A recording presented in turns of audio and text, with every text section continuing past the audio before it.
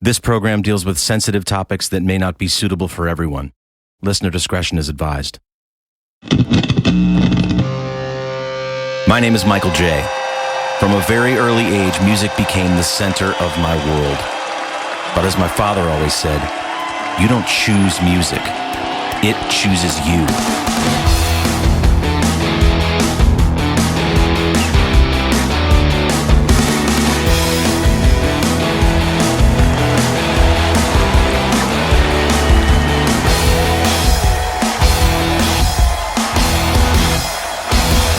This is Rock and Roll War Stories.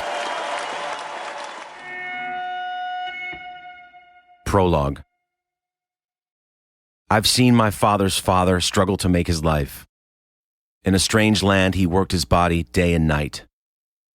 In his soul lies the freedom that is destined to be whole. In his eyes lies the charity that will save his mortal soul. Exploding Boy, Charity.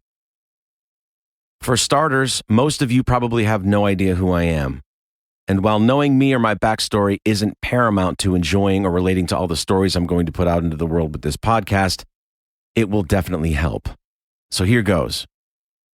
I was born in Rochester, New York in 1971 to a 16-year-old unwed mother and 18-year-old father.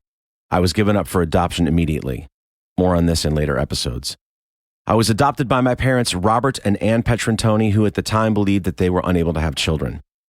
They would adopt my sister, Julia, at birth 5 years later, and as a complete surprise, my mother later got pregnant and gave birth to my brother John the year that I started high school.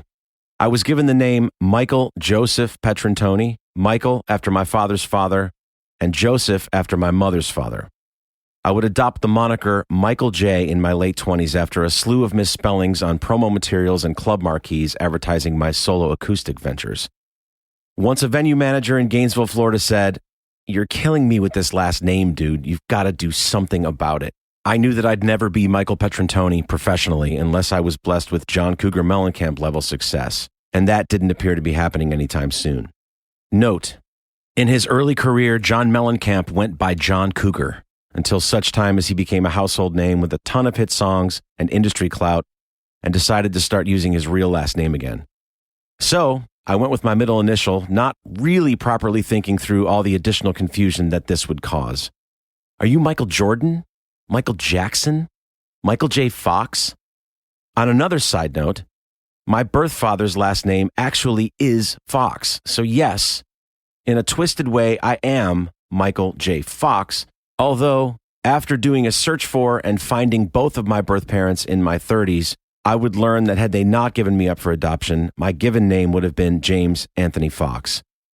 Truthfully, at this point, I've been Michael J. both personally and professionally for quite a bit longer than I was ever the other guy. Most people I know now, with the exception of friends from my earlier life, call me MJ or Michael J. My parents owned and ran an Italian bakery called Savoia Pastry Shop, or Savoia's, in the city of Rochester. Savoia's was founded in 1929 by my father's parents, Teresa and Michael Petrantoni, with barely a fifth grade education between the two of them. They named it after the royal house of Savoia in Italy. They lived with all their kids, my father included, above the shop. Everybody in the family had to work. This is something that continued on throughout my upbringing and childhood as well, and I credit both my parents and the tradition of my grandparents with the insane work ethic I happen to be blessed with. My father was, and still is, a true musician. He always dreamed of being a touring guy and performed live around town every single chance he got, although he traded most of his musical aspirations for an apron and a baker's hat. This is something I'll be forever grateful for. My family never wanted for anything, but we were always taught that you needed to work for things, and work we did. From the time I could stand on two legs and speak English, I worked in the family bakery. My parents started me in music lessons in a group piano class at the age of 3. I don't recall much from those early lessons other than being utterly fascinated by music. I probably always had a touch of ADHD, so even from this early age, I had trouble focusing on any kind of lessons or structure. I remember making up my own little songs from pretty much the exact second my hands hit the piano keys. Music always loomed large in my life. For me, it was the combination of both nature and nurture. My father, Robert, is an accomplished jazz saxophonist, and my mother played clarinet when she was growing up, although she would never claim to anyone that she was ever a musician or even musical for that matter. But she certainly had a profound love of music, which is something she passed on to me in spades. My birth father, Jim Fox, was consequently the drummer for the Canadian rock outfit Toronto. They were formed in the late 1970s in Toronto, Ontario, Canada, and are best known for the top 10 Canadian hit, Your Daddy Don't Know, which also cracked the US pop charts, and for writing and performing the original version of What About Love, a song that would later become a top 10 comeback single for the band Heart. Ironically enough, several gold albums by Toronto hung in the recording studio where I did all my early work, unbeknownst to me. My birth father was literally right under my nose for all the early years of my life. His photo was on the fucking album covers that I saw every time I had a cup of coffee out there. More on that later as well. When I started the third grade, the school I was attending began offering guitar lessons under the tutelage of a guy named Ron Centola. My parents were keen on keeping me in some kind of music lessons because I showed such an interest in it early on, so they didn't push back at all when I excitedly came home from school one day with a flyer about guitar lessons, begging them to let me take guitar instead of piano for the upcoming year. There were about 6 students in my particular class that had signed up, and they took us all out of class that day to bring us down to the school gym to introduce us to Mr. Centola and to give us the rental guitars that we would be using for the year to learn on. As I recall, they were cheap nylon string classical style guitars, but none of us really cared. We were about to take guitar lessons. And minutes later, when we all paraded back into the front of our classroom carrying these guitars in their little cases, there was a collective, "Ooh, ah, cool," from the rest of the kids. It was at that moment that I knew exactly what I wanted to do for the rest of my life. Guitar became an obsession for me. If I'm being honest, it still is. I loved playing piano, but guitar was something entirely different. There was a swagger that it gave me, a confidence that I lacked on my own. Before I even knew what a guitar was, I was grabbing my father's tennis racket and tying shoestrings to it as a sort of makeshift guitar strap and putting on imaginary concerts from atop my parents' bed, singing along to Partridge Family, Bay City Rollers, and Sean Cassidy records. My childhood fantasy was that I was a big rock star performing an outdoor concert in front of the school playground for all the kids at school, who would then love me and make me a part of their group. I realize now as an adult that this was a deep-seated yearning in me for acceptance and acknowledgement. I wanted desperately to belong and to be admired. My inner child, my inner adopted child, felt that he had none of these things. I didn't really get a handle on my identity until many years later, with a search and eventual reunion with my birth parents and all of my half-siblings on both sides. These feelings of inadequacy, imposter syndrome, and of feeling different from others like an outcast are something I have struggled with for my entire life. But they were effectively the engine that fueled me and pushed me to work as hard as I have and to keep striving. Piano was my therapy. Guitar was my therapy. Songwriting was my therapy. All these things combined were the medicine that honestly saved my life. I started my first band with my friend Anthony, who was the original bassist for my band Exploding Boy. He and I attended preschool together from the time when we were both about 4 or 5. To this day, he's still my friend. More than a friend. Family. My brother. He and I and another neighborhood kid named Frank, who played drums, started rehearsing regularly in Frank's basement and putting on little shows for neighborhood kids and at family gatherings in my family's basement. We would do a New Year's Eve show every year for all the aunts and uncles and cousins and family friends that we would rehearse for all year long. Our repertoire was limited, consisting of songs like Stairway to Heaven and I Don't Care Anymore by Phil Collins. The average age of all 3 of us was probably no more than 12 to 14, so we didn't end up getting very far and doing very much, but we had fun, and I knew that I loved being in a band. One fateful day after I had started high school, I met a kid outside of a classroom named Jason. He asked me if I could keep an eye on a boombox he'd brought to school while he went in to talk to a biology teacher that we both shared. Really showing my age here. We all brought boomboxes to school back then at some point. I noticed right away that there was a giant Rush sticker on it, so I commented to him that I also happened to love the band Rush, and we struck up a conversation. He was a sophomore and was a year older than I was and mentioned that he was a drummer looking to put a band together. I told him I played keyboards and guitar and was also looking to get into a band. After a couple false starts and failed rehearsals with some other kids who went to our school, I suggested we start a 3-piece rock band, just like Rush, I might add, and bring in my childhood friend Anthony. Thus, Exploding Boy was born. We played one gig under the name Six Wolves for a field day event at our high school, and soon after took the name Exploding Boy after a song from the 80s band The Cure, suggested by Jason. Since no one else had a better name suggestion, it stuck. And it did so for 13 years to follow. We landed a bunch of graduation parties from our field day appearance at school, and soon found ourselves on all ages shows and as an opening act at local clubs in and around Rochester, as well as the occasional high school dance, both at our high school and at others. We very quickly developed a great reputation and a sizable following locally. We were good for a draw of at least 250 to 300 people once a month anywhere we would play. We soon met our manager, Tony Gross, who was a former student of our high school, and who also owned a recording studio. Tony had been the guitarist for classic rock band Head East and had a wealth of knowledge and experience to share with us. Exploding Boy recorded our first and second records there at GFI Studios in Ontario, New York, on the same vintage MCI console that Metallica used to record their debut Kill 'Em All. Note, Metallica recorded their iconic first record in Rochester, New York in 1983 at a place called Music America, which subsequently closed and where Tony purchased the mixing console. Over the course of our 13 years together as an alternative rock band, we would go on to garner a ton of interest and buzz from major record labels, and would travel to and from New York City to play multiple showcases, never managing to secure ourselves a record deal, always flying just below the radar. We opened shows for everyone from A Flock of Seagulls, Billy Squier, Joe Walsh, to Cheap Trick and Pat Travers, Jackal, and the Goo Goo Dolls, to name a few. We would appear on national television twice, once on the nationally syndicated Battle of the Bands style show pre-American Idol called Yamaha's Soundcheck, and the second time as the house band for the day on the Jenny Jones Show. We were named one of the top 12 best unsigned bands of 1999 by Billboard and Musician magazines shortly before disbanding. There were several incarnations of the band as our original bassist Anthony left to get married and start a family around 1994 or 95, and we brought in a second guitarist named Jim and a bassist named Joel to round out the group. There'll be much more on all this later.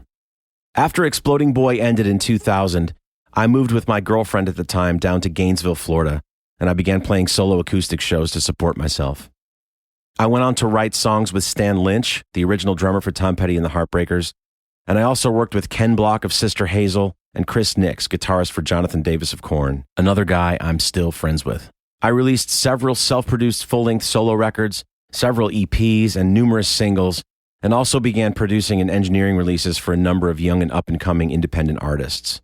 I had songs that I wrote featured in the film Three Needles, starring Lucy Liu, Chloe Sevigny, and Sandra Oh, and ABC Family's hit television series, Falcon Beach. After 13 years in Gainesville, I moved to Nashville, Tennessee, where I toured as a sideman with artists Brandon Ray, James Otto, Jesse G, Chuck Wicks, platinum-selling Canadian country artist Aaron Goodvin, 90s alternative rock act Freddie Jones Band, and others. Most recently, I've been the guitarist, keyboardist, and backing vocalist for platinum-selling Columbia River House artist Jameson Rogers. Over all these years and through all these experiences on and off stage, countless hours and days on the road, I've gathered a wealth of stories which are the basis, the bedrock, and the starting point of this program moving forward. Episode 1, When I Think of Mississippi. Do you still smile every time you hear a cowbell? When the rebels win, do you still raise hell? Would you trade a palm tree for a magnolia? If you were here now, would you let me hold you? Do you still sound like you're from this town that you swore you'd never leave? Girl, I miss you. Wish you were here with me. Do you ever miss me when you think of Mississippi? Jameson Rogers, When You Think of Mississippi.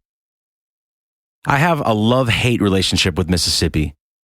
On one hand, it's given rise to what has been possibly the best career opportunity of my life, and also a friendship and musical brotherhood with Jameson Rogers and the guys in his band and crew.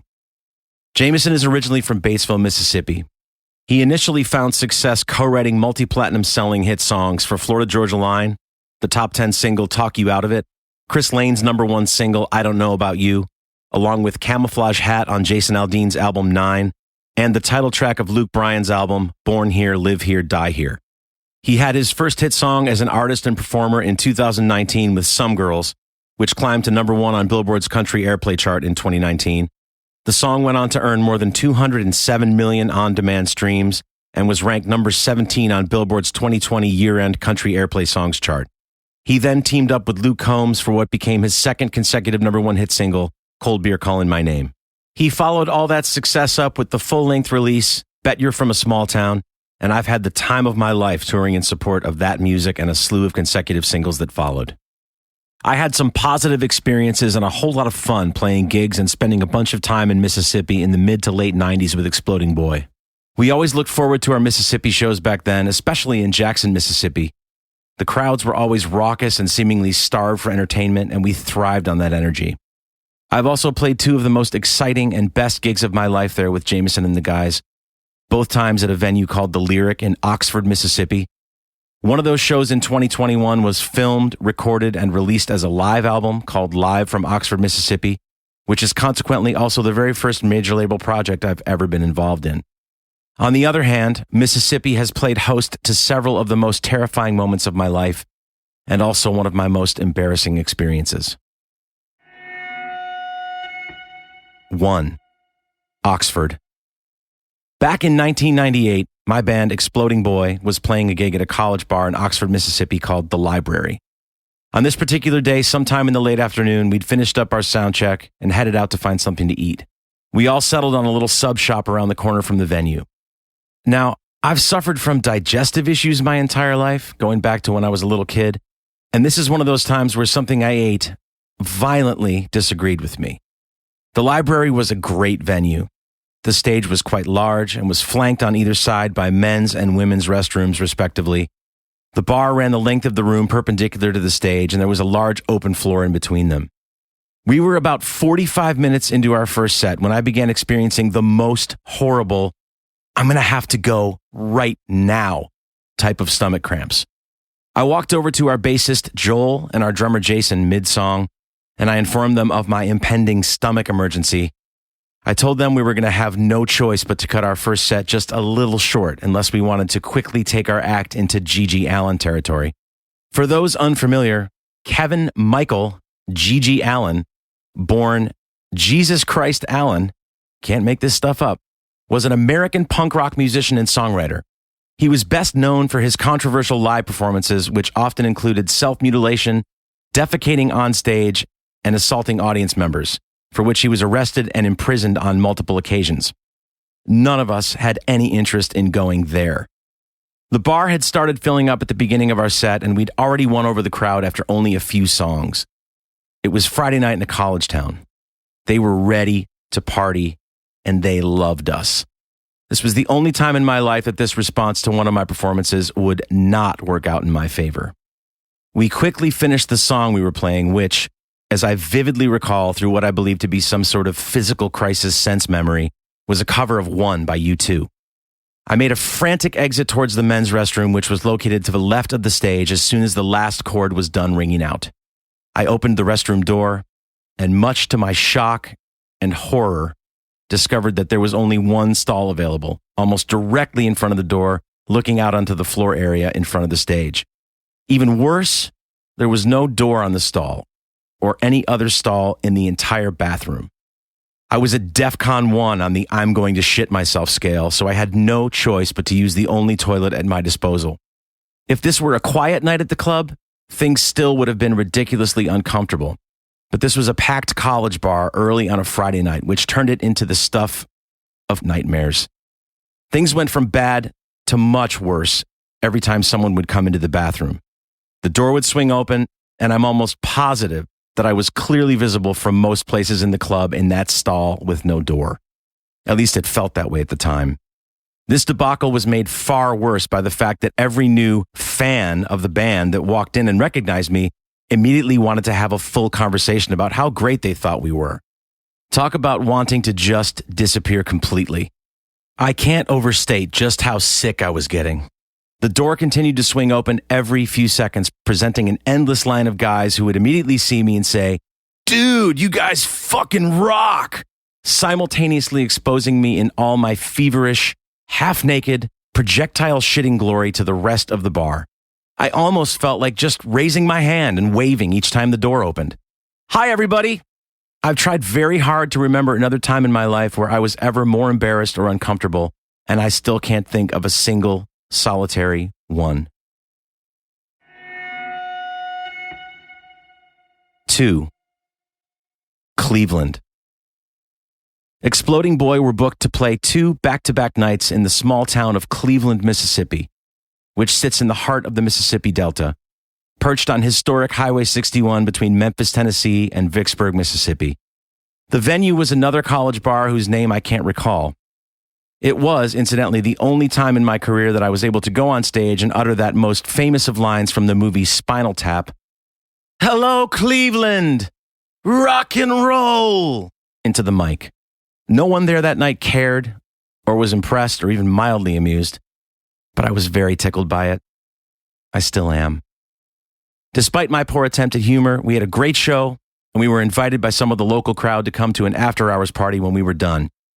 We were a young band on the road, and we were always up for the party, so we all readily agreed. And since we were playing the same club the following night, there wouldn't be much of a loadout, giving us plenty of time for uninterrupted post-show debauchery.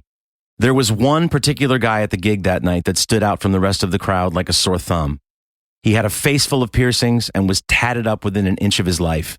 He loved our band, and as a result, he'd bought every single item of merch we had for sale that night. He was hanging around with us after the show, asking all sorts of questions and just generally doing that thing that certain fans do. He seemed harmless, and he was also feeding our egos. So he was all good as far as we were concerned.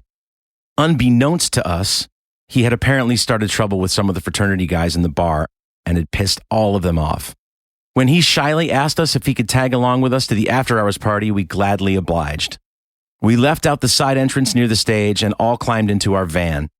Our bassist, Joel, was driving, I was riding shotgun, and our drummer, Jason, and our new fan were in the back seat. We pulled around the side of the building to find out that we were blocked by an angry mob of about 40 to 50 fraternity guys, some holding empty beer bottles.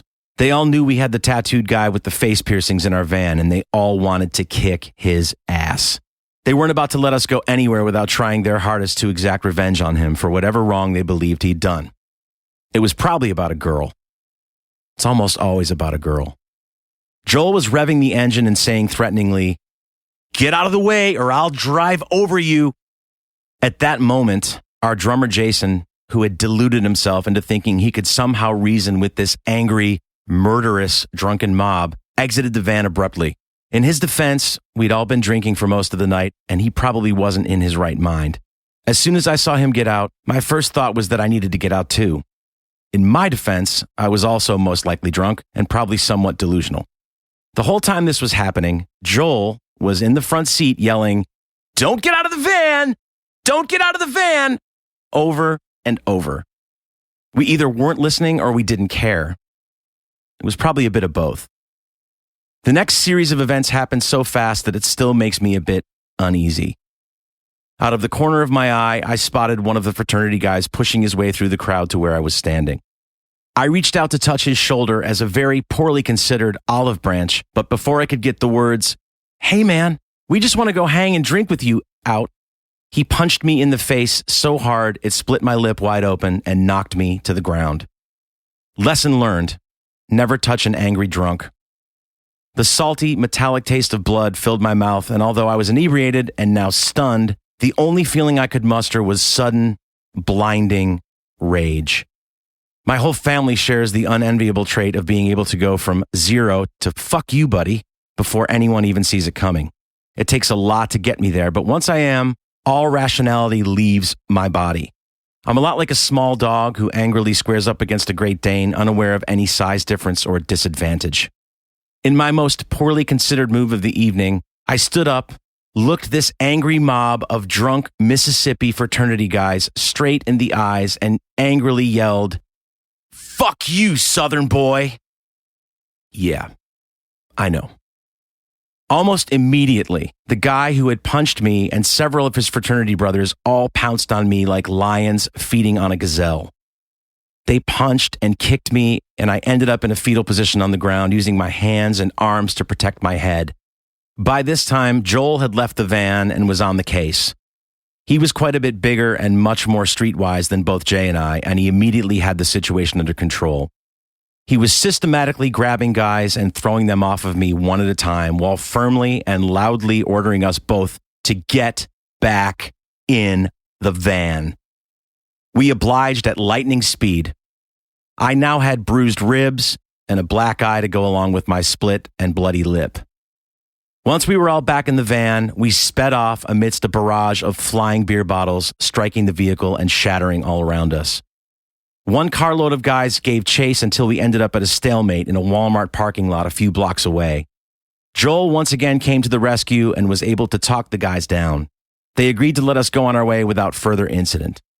There would be no after party for us that night. There was only a half-hearted retreat to lick our wounds and to attempt to repair our bruised egos. Joel's words to Jay and I on the ride back to our hotel were very simple. Don't ever get out of the fucking van. Ever. If you ever get out of the fucking van again, I will kill you myself. We dropped Mr. Tattoo Metalface, who was completely white-faced with fear, but also very thankful that we didn't surrender him to the angry mob at his hotel, and we went back to ours.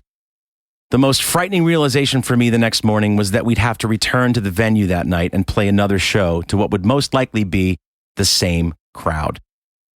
I pleaded with my bandmates to not let me out of their sight for even 1 second. If I have to so much as take a piss, one of you is coming to take a piss with me whether you have to go or not. It was mutually agreed upon that we would all stay together for the whole night and watch each other's backs vigilantly. In truth, I don't know whether I've ever been more frightened on stage than during the first set that night. I remember thinking to myself, is this how I go out? Am I really going to die in a college bar in Cleveland, Mississippi? It felt a bit like being in the crosshairs of an unseen sniper. At some point, a representative from the fraternity that attacked us the previous evening made a formal apology and assured us that we were in no danger and that no retribution would be sought for my verbal faux pas or anything else that occurred. They admitted that things got way too far out of hand for no reason. Your singer didn't deserve what happened. When I first told this story to Jameson between fits of hysterical laughter and wide-eyed disbelief, he said, "Dude, you were in the Mississippi Delta. You are lucky to be alive." At least I live to tell about it here all these years later. And it amuses me endlessly that I can still make Jameson laugh really hard just by saying, "Fuck you, Southern boy." 3. Batesville. Jameson and the guys and I were booked to play his hometown of Batesville, Mississippi on May 21st, 2022. The day began much like any other day out on the road. Our tour bus had pulled into town in the early morning hours and parked just around the corner from the outdoor stage. Once the members of our band and crew were up and around, we began the usual process of loading the gear in, setting up and preparing for sound check, and searching for coffee and breakfast. It was a beautiful sunny morning, and Jameson and we in the band were all excited to deliver a special and triumphant hometown show that evening. There was a slight chance of some rain moving in later that night, but we had a watchful eye on the weather app and radar, and it looked as though we might luck out and the weather would miss us. There's always the danger of lightning, and I've had more than a few shows over the years cut short or outright canceled because of rain. The rest of the day went off without a hitch, and once we took the stage, it was evident that this night was indeed going to be one of those special gigs, where connection with the audience was effortless and our performance was transcendent. The reason I remember it so vividly was because of what was about to happen directly in the middle of our show-closing song, "Some Girls." Some of the aforementioned weather had moved in, and we were experiencing a minor sprinkle or threat of rain. Nothing heavy, but it was definitely starting to come down in small drops. We were almost done with the set anyway, so as long as it held off until we could deliver the last big chord and get our gear covered, it would be all good. Suddenly, and without warning, I noticed the crowd dispersing rapidly and people running in all directions. We use in-ear monitors that allow us to hear ourselves on stage, and they create such a tight seal sometimes that if you don't have a couple mics facing the audience itself, you can feel pretty isolated from them, and sometimes it's difficult to even hear them. At first, I thought maybe it had started to rain, but as soon as I saw our tour manager Josie running on stage screaming and flailing his arms and ordering us to put our instruments down and get off stage, I knew this was something else. We stopped mid-song as total chaos ensued around us. We were quickly shuffled off stage into a building directly behind it, along with other festival workers and other friends and family members of Jameson's. Jameson himself was led by several very large security people back to our tour bus, and we were all ordered to stay where we were.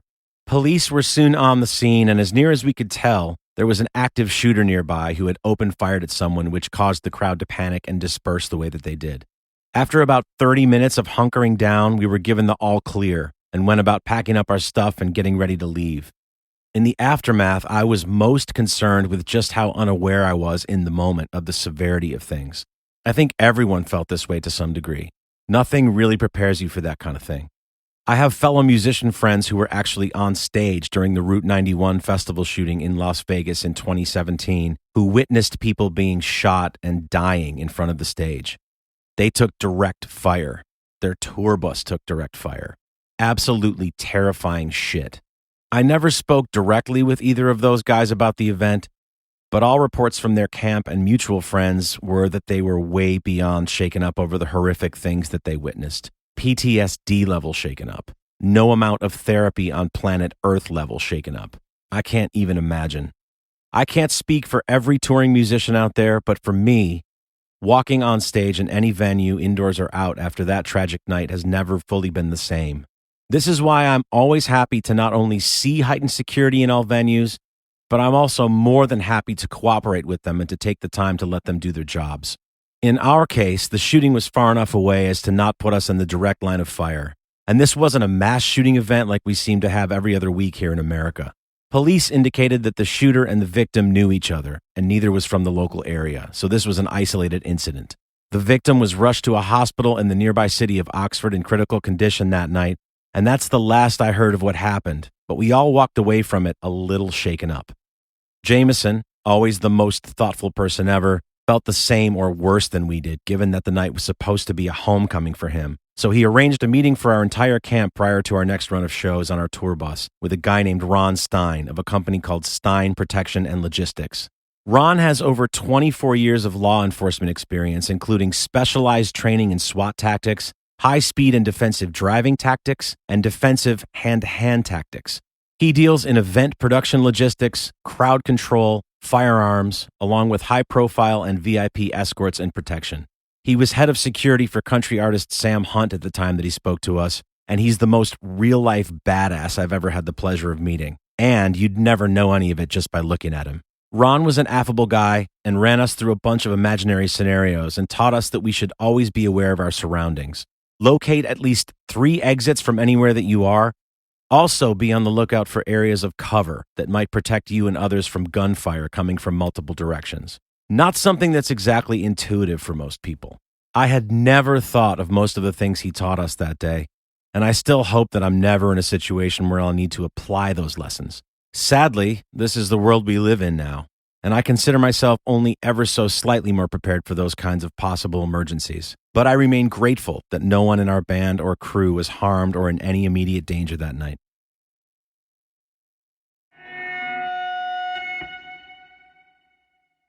Rock and Roll War Stories was conceived, written, and read by me, Michael J. Follow me on Instagram and TikTok at Mr. Michael J, MisterMichaelJ. Join me next time for another installment, and thank you for listening.